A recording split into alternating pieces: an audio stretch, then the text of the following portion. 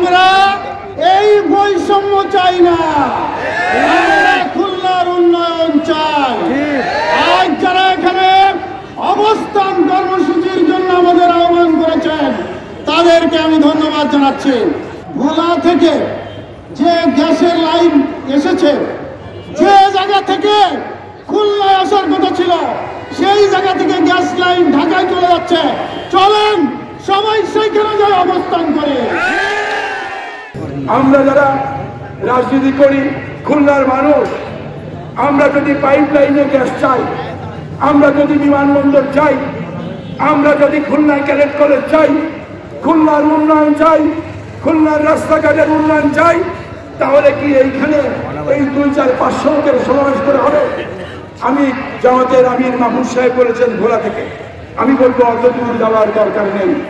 2 দিন খুলনার প্রবেশ দ্বার আমরা অবরুদ্ধ করে রাখবো। গ্যাস দীর্ঘদিন ধরে সারা বাংলাদেশের মধ্যে সিলেট, চিটাগাং, উত্তরবঙ্গ ব্যবহার করছে, কিন্তু খুলনা বিভাগে 2010 সালে টাঙ্গাইল এলাকা থেকে খুলনা পর্যন্ত পাইপ কাটা হলো গ্যাস দেওয়ার জন্য, কিন্তু গ্যাসের কোনো প্রেশার নাই। বর্তমানে ভোলায় যে গ্যাস পাওয়া গেছে সেখানে পর্যাপ্ত গ্যাস আছে। সেই গ্যাস প্রথমে ভোলা থেকে বরিশাল, বরিশাল থেকে খুলনায় আসবে, কিন্তু সম্প্রতি দেখলাম যে ভোলার গ্যাস বরিশাল পর্যন্ত এসে ওখান থেকে ঢাকায় নেবে। এই প্রকল্পটা আপাতত বাতিল করা হলো।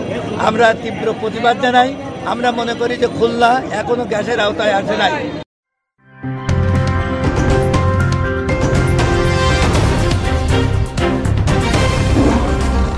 Voice of Tiger.